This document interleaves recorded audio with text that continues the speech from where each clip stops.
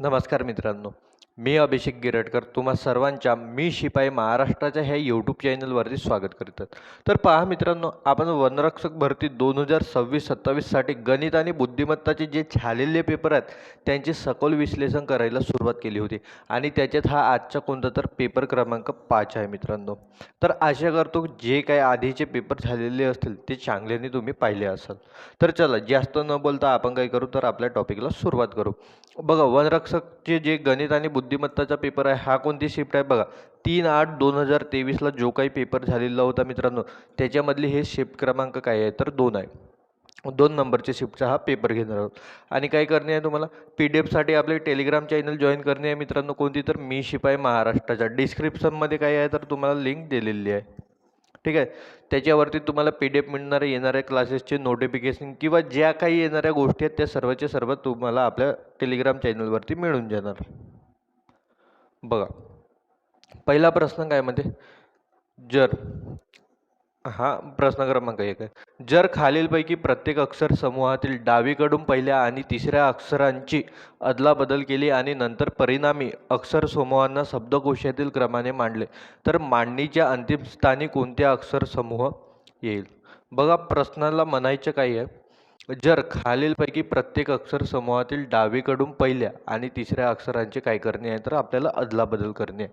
तर बघा आपल्याला याच्यातच मी खाली सोडवतो डावीकडून काय तर पहिल्या आणि तिसऱ्या म्हणजे काय पहिल्याच्या जागी कोणता तिसरा 3 नंबरला आहे जी जी पहिल्या ठिकाणी येणार मग डी मग एन आणि मग काय टी जसे जे तसे राहणार. चला पुढे पहा जी आधी येणार जीच्या जागी एन येणार म्हणजेच काय होणार जी डी एन यस असंच होणार. मग पुढे पहा पुढे काय होणार जीच्या जागी एन येणार म्हणजे जी डी एन आर कारण की पहिला आणि तिसरा अक्षर यांच्यात अदलाबदल करणे आणि डावीकडून उजवीकडे. चला पुढे पहा एच आणि काय होणार एफ म्हणजेच काय होणार एफ आर एच जी. मग नंतर नंतर काय होणार जीच्या जागी काय येणार एन तर एनच्या जागी काय होणार जी एफ एन टी. अशा पद्धतीने काय झाले तर बदल झाले. मग काय म्हणते जर खालीलपैकी प्रत्येक अक्षर समूहातील डावीकडून पहिल्या आणि तिसऱ्या अक्षरांचे अदलाबदल केले आणि नंतर परिणामी अक्षर समूहांना शब्दकोशातील क्रमाने मांडले म्हणजे शब्दकोशातील काय जो पहिला येते तो शब्द काय पहिला येणार जो नंतर येते तो शब्द काय येणार नंतर. तर पहिल्या याच्यावर कोणता येणार बघा प्रत्येक शब्द जी वरून सुरू होतात पण हा कोणत्या एफ जी आधी येते का एफ आधी येते तर हा पहिल्या क्रमांकावर असणार. आणि आपल्याला काय विचारलं आहे तर मांडणीच्या अंतिम स्थानी कोणता समूह येणार आणि जो शेवट येणार तो सांगणे बघा जी जी जी आणि इथं पण जी आहे. मग बघा नंतर दुसरा शब्द डी डी डी मग इथं कोणता येणार एफ. मला सांगा डी आधी येते की एफ आधी येते तुम्ही म्हणाल सर डी आधी येते ते 1 2 3 ह्या तिन्ही याच्यात डी आधी आहे म्हणजे ह्या याच्या अगोदर हे 3 येणार आणि हा काय येणार तर हा शेवटी येणार हा काय येणार शेवटी. म्हणजे याच्याच अर्थ जर शब्दकोशानुसार मांडला तर शेवटी कोण होणार जो शेवटी दिला आहे तोच कोणता N F G T N F G T N F G T हाच आहे हाच काय येणार तर शेवटी येणार एन एफ जी टी हा काय येणार शेवटी येणार. तर ह्या प्रश्नाचं उत्तर काय येणार ऑप्शन नंबर 2. एकदम चांगले लेवलचा प्रश्न होता मित्रांनो समजला. चल पुढचा प्रश्न पाहूया आपण. बघा जर खालील 4 अंकी संख्यामधील प्रत्येकीच्या पहिल्या आणि शेवटच्या अंकांची अदलाबदल केली आणि परिणामी संख्यांना उतरत्या क्रमाने लिहिले तर मांडणीच्या मध्यभागी कोणती संख्या येईल. 1 नंबर प्रश्न हा देखील आहे. काय म्हणत आहे मला जर खालील 4 अंकी संख्यामधील प्रत्येकाच्या पहिल्या आणि शेवटच्या अंकाची अदलाबदल केली प्रत्येकाच्या पहिल्या आणि शेवटच्या अंकांची अदलाबदल करा. बघा 7 आणि 5 ची अदलाबदल होणार म्हणजे 5 4 6 7 असा येणार. 6 आणि 7 ची अदलाबदल होणार म्हणजे 6 4 5 7 यांची अदलाबदल होणार. बघा 7 आणि 5 ची अदलाबदल होणार इथं काय होणार 5 6 4 7 बाकीचे अंक काय जसेचे तसे. पुढे पहा पुढे काय होणार 7 आणि 4 ची अदलाबदल म्हणजे 4 3 5 7. मग बघा पुढे 6 8 5 7 अशा पद्धतीने आपण यांची अदलाबदल केला. मग काय म्हणते यांना काही लावा म्हणजे उतरत्या क्रमाने. उतरत्या क्रमाने कसे लावणार आपण बघा ना उतरत्या क्रमाने म्हणत आहे आपल्याला उतरत्या क्रमाने कसे लावतो आपण, तर मोठ्यापासून लहान यापर्यंत. मोठी संख्या कोणती दिसत आहे बघा, मोठी संख्या मला हे दिसत आहे, तर काय होणार 6857. मग त्याच्यानंतर त्याच्यापेक्षा छोटी ही आहे 6457. मग त्याच्यानंतर लहान कोणती दिसत आहे मला, ही दिसत आहे 5647. मग याच्यापेक्षा लहान ही आहे 5467 आणि सर्वात शेवटी कोणतं आहे ते ही 434357. अशा पद्धतीने आहे मित्रांनो. तर आपल्याला काय माहिती, हे अदला बदल करून त्याच्या उतरत्या क्रमाने लावून मधातली संख्या कोणती आहे, मध्यस्थांची संख्या कोणती आहे, मधातली कोणती आहे, इकडचे दोन तिकडचे दोन सोडा तर कोणती आहे, ही आहे 5647. कोणती 5647. पण हिची मेन संख्या कोणती आहे, ही आहे 7645. 7645 म्हणजे कोणता उत्तर येणार आपला 7645. हा वाला उत्तर एकदम बरोबर राहील. कारण की आपल्याला ॲक्च्युअलमध्ये दिले हे आहेत, तर आपल्याला उत्तर याच्यानुसारच सांगावं लागेल. मागच्या प्रश्नात पण पहा दिले काही आहेत, आपल्याला दिले हे आहेत, तर उत्तर पण याच्यानुसारच सांगावं लागेल आपल्याला. म्हणून याच्यात पण दिले कोणते आहेत, ज्या पद्धतीने दिल्या त्या पद्धतीने उत्तर. तो कोणता उत्तर येणार, हा मध्यस्थानी हाच निघाला आणि तोच मध्यस्थानी पण आहे. चला कोणता ऑप्शन येणार, पहिला ऑप्शन ह्या प्रश्नाचं एकदम बरोबर उत्तर आहे. पुढच्या पाहूया बघा काय म्हणते. जर अशा पद्धतीने दिले आणि खाली हे गोष्ट दिली आहे, ठीक आहे, आणि आपल्याला विचारलं काय, तर खालील पदावलीत पी चे टी सोबत काय नाते, पी चे टी सोबत काय नाते हे सांगायचे आहे. बघा नातेसंबंधाचा प्रश्न आहे, आपण अशा पद्धतीने डायग्राम काढतो का सांगा बरं, नाही ना, आपण अशा पद्धतीने डायग्राम काढतच नाही. मग कोणत्या पद्धतीने, आपल्या पद्धतीने, कसा प्लस मायनस उभी रेषा आडवी रेषा असा, त्या पद्धतीने काढणार. मग डायग्राम काय होईल बघा, प्लस म्हणजे काय, ए हे बीचे वडील आहेत, म्हणजे पी हे कोणाचे वडील होणार, क्यूचे. पी हे वडील आहेत, कोणाचे वडील होणार, तर क्यूचे वडील होणार. मग काय म्हणते क्यू अधिकार, अधिक म्हणजे ए हे बीचे वडील आहेत, म्हणजे क्यू हे आरचे वडील होणार. क्यू कोणाचे वडील होणार, आरचे वडील होणार. मग काय गुणिला, गुणिलाचा अर्थ आहे ए हा बीचा भाऊ आहे, म्हणजे आर हा एसचा भाऊ होणार. आर कोणाचा भाऊ आहे, एसचा भाऊ आहे. मग मायनस, मायनस म्हणजे ए ही बीची बहीण आहे, म्हणजे एस ही कोणाची बहीण होणार, तर टीची बहीण होणार. कोणाची बहीण होणार, टीची. मग आपल्याला विचारलं काय, पीचे टी सोबत काय नाते, पीचे टी सोबत टीचे वडील क्यू आणि क्यूचे वडील कोण, पी म्हणजे काय होणार, वडिलांचे वडील. कोण होणार, वडिलांचे वडील. कोणतं ऑप्शन, ऑप्शन नंबर 3 हा काय असणार, तर एकदम बरोबर उत्तर असणार. समजलं. चला, जर बघा तुम्हाला नातेसंबंध जर टॉपिक येत नसेल, तर मी चांगल्या पद्धतीने ऑलरेडी आपल्या चॅनलवरती नातेसंबंध हा टॉपिक टाकलेला आहे मित्रांनो, तर ते तुम्ही पाहून घ्याल. ठीक आहे. चला पुढचा प्रश्न पाहूया. बघा 4 अक्षर समूह दिले आहेत, ज्यापैकी 3 एका विशिष्ट तऱ्हेने समान आहेत आणि एक वेगळा आहे. गटात न बसणारा अक्षर समूह शोधा. कोणता होऊ शकणार बघा. स्वर आणि व्यंजनचे जास्त करून लॉजिक लागतात मित्रांनो याच्यामध्ये, किंवा वेगळे पण लॉजिक लागू शकतात, पण जास्त करून तेच लागतात. बघा 2 व्यंजन आहेत, बीच्यात एक स्वर आहे. पहिला स्वर आहे, 2 व्यंजन आहेत. 2 स्वर आहेत बीच्यात, सॉरी 2 व्यंजने आहेत बीच्यात एक स्वर आहे. 2 व्यंजने आहेत बीच्यात एक स्वर आहे. तर हा बघा 2 व्यंजने आणि स्वर आधीच्याला, तर कोणता ऑप्शन नंबर 2 हा काय असणार, बरोबर उत्तर. याच्यावरती तुमचे फक्त लॉजिक लागले पाहिजेत. हा लॉजिकनेच प्रश्न सोडवता येणार मित्रांनो तुम्हाला. एखादा मास्तर तुम्हाला किती काही शिकवून सांगणार की असे सोडवा तसे सोडवा, नाही. जेव्हापर्यंत तुमचं लॉजिक लागत नाही ह्या प्रश्नांवरती, तेव्हापर्यंत तुम्ही हे सोडवू शकणार नाही. चला पुढचा प्रश्न पाहूया. बघा प्रश्न क्रमांक 5 काय म्हणते, खालील मालिकेतील प्रश्नचिन्हाच्या जागी येऊ शकेल असे पद दिलेल्या पर्यायातून निवडा.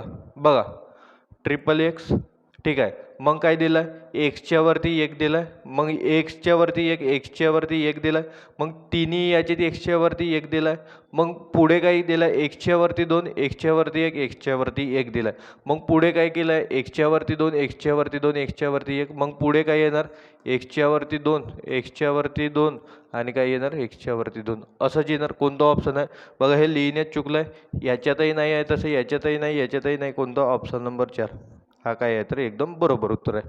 सोपीच होतं, पाहिल्याबरोबर आपल्याला समजून येते की कोणत्या पद्धतीने सोडवावं लागते म्हणून. समजलं. चला पुढचा प्रश्न पाहूया. पहा आता काय म्हणते, दिलेल्या पर्यायात आकृत्यांमधून खालील आकृतीची आकृतीच्या उजव्या बाजूला ठेवल्यावर मिळणारे दर्पण प्रतिमा निवडा. म्हणजे तिला काय करणे, तसा पलटवणे आहे. ठीक आहे. जर आपण त्या बाजूला पलटवला तर पी त्या बाजूला जाणार, खाली येणार का, हा खाली दिलाय, हा खाली दिलाय, हे दोन नाही होणार. पी त्या बाजूला जाणार. मग मला सांगा, पी त्या बाजूला जाऊन उलटा होणार आहे, याच्यात पण उलटा, हाय उलटा, हाय उलटा दिलाय. मग बघा येल त्या बाजूला जाऊन ह्या बाजूचा होणार आहे. येल ह्या बघा येते येल दोन वेळा दिलाय आणि काही येल एक वेळा आहे नाही, तो उभा आहे. म्हणजे कोणता, ऑप्शन नंबर 1 हाच काही असणार, तर एकदम बरोबर उत्तर असणार याचं. चला, सोपीच होतं हे देखील. हां, अरे हे इंग्लिशमध्ये आले काय म्हणते, तरी पण चला जाऊ द्या, मी समजावून देतो याच्या. Select the option in which the word pairs share the same relationship as that shared by the given pair of the words. ठीक आहे. ब्लिसचा दिलाय म्हणजे याचा अर्थ होतो मित्रांनो, हा परम आनंद म्हणू शकतो याला, किंवा याला आनंद, हे एकामेकासोबत रिलेटेड आहेत. तर जो शब्द एकामेकासोबत रिलेटेड आहेत त्याच्यात सांगायचे आहे. बघा चेअर, रिक्लायनर, क्लाउड रेन, बघा ढगातूनच पाणी येते, रबर पासून बॉल तयार होते आणि मून पासून लाईट किंवा उजेड समजा. तर काय येणार याचा ऑप्शन, चेअर, रिक्लायनर. रिक्लायनर म्हणजे एक हा चेअरचाच प्रकार आहे, पण त्याच्यातून बनते का नाही. तर ठीक आहे, हा इंग्लिशमध्ये आला, माफी मागतो मी याच्यासाठी, पण उत्तर काय येणार, हा येणार. चला पुढचा प्रश्न बघूया. अरे हा देखील इंग्लिशमध्ये, याच्या पुढचा पाहूया बरं. हां ठीक आहे, दोनच प्रश्न आले आहेत इंग्लिशमध्ये, काही हरकत नाही. चला, हा पाहूनच समजते, वाचायची काय गरज नाही. जे बीचात आपल्याला गॅप दिले आहेत त्या गॅपेच्या बीचात कोणते शब्द येणार आपल्याला ते सांगायचे आहे. तर बघा आधी पहा, हा सुरुवात कुठून होत आहे. बघा पी पासून सुरुवात आहे, एक टप्पा इथं, एक टप्पा इथं येणार आणि एक टप्पा इथं येणार. म्हणजे हे बीचातल्या गॅपा भरणे आहेत. तर काय होणार बघा, पुढे काय देणार आहे, पी के सी, पी एच डी, म्हणजे येथे काय येणार, एच डी येणार. बघा ना, पी रिकामी जागा आहे, के सी पी एस डी रिकामी जागा आहे. ठीक आहे, मग काय आहे, पी एच डी के आणखी रिकामी जागा आहे आणि पुढे काय दिलं आहे, तर पी एच डी आणि पुढे पण हे रिकामी जागाचे आहे मित्रांनो, इथं दिली नाही आहे पण पुढे पण काय आहे तर रिकामी जागाचे आहे ते. तर काय भरणी आहे आपल्याला बघा, एवढं तर आपल्याला माहीत झालं का पी पासून सुरू होत आहे, तर एक टप्पा इथं येणार, एक टप्पा इथं येणार आणि पुढचा टप्पा इथं येणार. बरोबर आहे का नाही. मग काय होणार बघा, पी एच डी म्हणजे येथे काय येणार, पी एच डी के सी, पी एच डी के सी, पी एच डी के सी, पी एच डी के सी. म्हणजेच याचा अर्थ काय होणार, एस डी के सी सी के सी, एस डी के सी सी के सी, एस डी के C C के C. म्हणजे कोणता, option number 2 हा काय येणार, एकदम बरोबर उत्तर होणार. हा देखील प्रश्न सोपीच होता, फक्त एवढा आहे का तिथे इंग्लिशमध्ये दिला, याचा अर्थ का ह्या रिकाम्या जागा भरा एवढाच आहे. चला पुढचा पाहूया काय म्हणते. 18 विद्यार्थ्यांचे एका वर्गात वीरू सुरुवातीपासून 14 क्रमांकावर होता. त्याची मैत्रीण जया, त्याची मैत्रीण कोण आहे तर जया, हिचा क्रमांक वीरू आणि संदीप यांच्या नेमक्या मधोमध असून संदीप शेवटून 13व्या क्रमांकावर आहे. वर्गामध्ये सुरुवातीपासून जयाचा क्रमांक कितवा. 1 नंबर प्रश्न. मला सांगा, हा जो वीरू आहे, काय आहे हा वीरू, वीरू याच्या सुरुवातीपासून क्रमांक कितवा आहे, 14वा आहे. बरं मग कोण दिला आहे आपल्याला, संदीप. संदीपच्या सुरुवातीपासून काढू शकतो का आपण, त्याच्या शेवटून दिला आहे, पण आपल्याला काय पाहिजे सुरुवातीपासून. बघा एकूण किती आहेत 18, त्याच्यातून मायनस करा 13, कारण की शेवटून किती आहे 13वा आणि याच्यात जोडा 1, किती होणार 18तून 13 गेले 5, 5 आणि 1 किती 6. म्हणजे हा जो संदीप आहे कोण आहे, हा संदीप आहे आणि हा इकडे कोण आहे तर वीरू आहे. वीरू कितव्या नंबरवर आहे 14व्या आणि संदीप काय आहे तर 6व्या. मग यांच्यामधले पहा बरं, मग नंतर काय होणार बघा ना, 6, 7, 8, 9, 10, 11, 12, 13 आणि यांचे बिचोबीच कोण आहे म्हणते तर यांची मैत्रीण जय आहे. बिचोबीच कोण आहे जय आहे. तर मग बिचोबीच कसं बघा, इकडचे 3 16, इकडचे 3 16, बीचात कोण आहे 10व्या नंबरवर, 10व्या नंबरवर कोण असणार तर ही जया असणार. कोणता ऑप्शन, ऑप्शन नंबर 2 हा काय येणार तर एकदम बरोबर उत्तर येणार. कोणत्या नंबरवर येणार तर जया ही 10व्या नंबरवर येणार. समजलं. चला पुढचा प्रश्न पाहूया. बघा काय तर प्रश्न क्रमांक 10. काय म्हणते खालील मालिकेत प्रश्नचिन्हाच्या जागी येऊ शकणारी संख्या दिलेल्या पर्यायातून निवडा. बरं मी हिला खाली लिहून घेतो. काय आहे 2 3 11 38 आणि काय आहे तर प्रश्नचिन्ह आणि काय आहे तर 227. चला प्रश्नचिन्हाच्या जागी काय येईल ते सांगायचे. बघा मोठ्या संख्या होत जात आहेत तर मी काय करून पाहतो प्लसच करून पाहू शकतो. बघा कितीचा फरक आहे याच्यात +1 करावा लागेल मला. पुढे पहा प्लस किती करावं लागेल तर मला +8 करावा लागेल. पुढे पहा किती प्लस होत आहे बघा 8तून 1 गेला 7 1तून 1 गेल 2 आणि पुढचा काढणी आहे. डोकं लावा बरं काय होऊ शकते. जर मी चांगल्याने पाहत आहोत तर मला काय दिसत आहे हे मित्रांनो 1 बघा हा काय आहे तर 1चा घन म्हणजे क्यूब समजा हा 2चा क्यूब आहे हा 3चा क्यूब किंवा घन म्हणा. मग पुढे काय येणार 4चा क्यूब 4चा क्यूब किंवा घन म्हणा. 4चा क्यूब किती आहे 64. 64 कोणात याच्यामध्ये जोडावा लागेल बरोबर आहे का नाही कारण की फरक कितीचा पाहिजे 64चा जोडा. काय होणार मग बरं याला बाजूला घेऊ आपण इकडे. काय होणार बघा 1 मिनिट 38 अधिक काय होणार तर 64. काय होणार 8 आणि 4 12 12चे 2 हातच्या 1 9 आणि 1 किती होणार 10 म्हणजे किती येणार 102. किती येणार इथं 102 आहे का ऑप्शनमध्ये आहे. कोणता ऑप्शन ऑप्शन नंबर 2 हा काय आहे तर एकदम बरोबर उत्तर आहे. समजलं. चला पुढचा प्रश्न पाहूया आता. बघा काय म्हणते चित्रातील एका मुलीकडे बोट दाखवत संचिता म्हणाली. चित्राकडे बोट दाखवत कोण म्हणाली मुलीकडे बोट दाखवत चित्रा म्हणाली नाही नाही 1 मिनिट संचिता म्हणाली. चित्रातील एका मुलीकडे बोट दाखवत कोण संचिता म्हणाली ती माझ्या आजोबांच्या पत्नीची. आजोबांची पत्नी म्हणजे माझी आजी. आजीच्या एकुलती एक सुनेच्या एकुलती एक सून म्हणजे कोण होणार माझी आई. एकुलत्या एक सुनेच्या मुलीची एकुलती एक बहीण तिचे सुनीचे तिची सून कोण झाली त्या संचिताची आई आणि त्या आईच्या एकुलती एक मुलगी त्या आईची मुलीची एकुलती एक बहीण हे कोण होणार तर संचिताची कोण होणार तर बहीण होणार. कोण होणार बहीण. अरे आईची या मुलीची एकुलती एक मुलगी कोण होणार बहीणच होणार ना. तर काय उत्तर येणार याचं बहीण. जर नसेल समजलं पहा आणखी एकदा याला चांगल्याने समजून सांगू शकतो डायग्रामच्या माध्यमाने. कसं बघा चित्रातील एका मुलीकडे बोट दाखवून संचिता म्हणाली. कोण म्हणाली संचिता. संचिता म्हणाली काय म्हणते ती माझ्या आजोबांची. आजोबांची म्हणजे बघा हिला कोण असतील वडील असतील. वडिलांचे वडील किंवा आईचे वडील कोण होते तर आजोबा. आजोबा बरोबर आहे का नाही. मग काय म्हणते ती माझ्या आजोबांच्या पत्नीची. ह्या आजोबाला काय आहे तर पत्नी आहे. आजोबाला काय आहे तर पत्नी आहे. मग काय म्हणते पत्नीच्या एकुलत्या एक सुनेची. एकुलती एक सून म्हणजे यांना एकुलता एक मुलगा असेल आणि वडिलांची कोण तर पत्नी किंवा ह्या संचिताची कोण होणार तर मग ती आईच होणार. तर ती सून कोण होणार ह्या संचिताची आई. तर काय म्हणते एका सुनेच्या मुलीची एका सुनेच्या मुलीची संचिता हे मुलगीच झाली. ठीक आहे मुलीची एकुलती एक बहीण हिची काहीतरी एकुलती एक बहीण बहीण आहे. तर संचिताचे चित्रातील मुलीशी काय नाते आहे तर कोण होणार बहीणच होणार. कोण होणार बहीण होणार. तर कोणता ऑप्शन ऑप्शन नंबर 2 कारण की चित्राकडे बोट दाखवणारी कोण आहे हीच व्यक्ती आहे. कोण संचिता हिच्याकडेच बोट दाखवून म्हणत आहे ना तर ते कोण होणार बहीण होणार. चला पुढचा प्रश्न पाहून घ्या.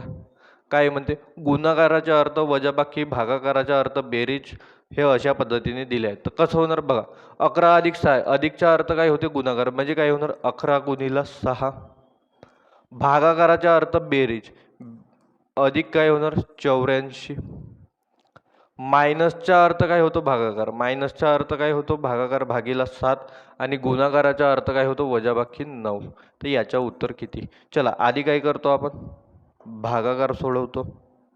आधी काय करणार भागाकार बघा 7 1 7 7 2 14 12 7 84 तसंही होते.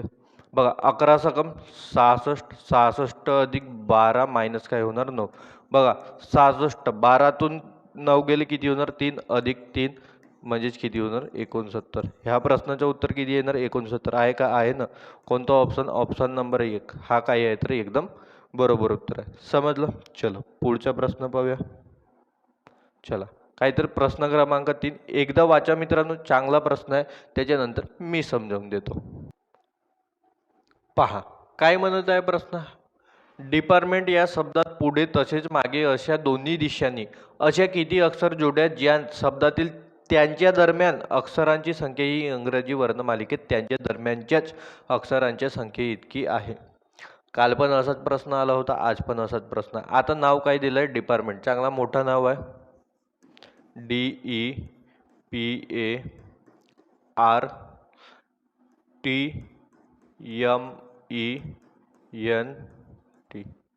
कोणतं नाव आहे तर डिपार्टमेंट. तर तेच पहिला शब्द पकडा आणि पुढच्या काय जोड्या बनतात तर पहा.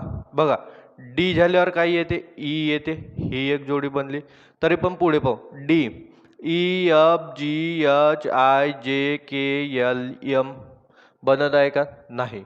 मग ईला पकडा. डी पासून ई तिकडे नाही बनली तर ई धरून पण नाही बनणार, तरी पण आपण सोडून पाहू. बघा EFGHIJKLM बनली का नाही. पुढे पहा. PQR म्हणजे यांच्यामधला समान अंतर आहे, म्हणजे दुसरी जोडी हे बनली. तरी पण पुढे पाहू. बघा PQRSTUVW बनत आहे का नाही. येला धरा. ये BCDE ये पासून पण बनत आहे, ई पर्यंतची हे काय झाली तिसरे. बघा बीच्यात तेच अक्षर आले पाहिजेत हे नाही, पण ते बरोबर त्याच याच्यावर. जसं पहा ABCDE येते असेल ना तर हे एक जोडी बनणार, हे काय बनणार एक जोडी बनणार. बीच्यात XYZ काही पण असू द्या, पण यांचा अंतर समान आहे ना इंग्रजी वर्णमालिकेनुसार, तर बस ते जोडी बनणार. चला येचा झाला. आर बघा. RSTUVW नाही बनणार. टीचा पहा. TUVWX नाही.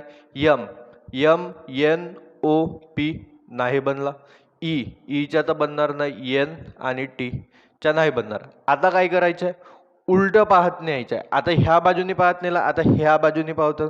टी झाल्यावर काय येते TUVWXYZ पुढे तर आहेतच नाही. एन पकडा. एन झाल्यावर काय येते NOPQR बघा QR पर्यंतचे म्हणजे हे चौथी जोडी झाली. मग आता ईला पकडा. पुढे आहे का आणखी पाहू. आर झाल्यावर काय STUV नाही येणार.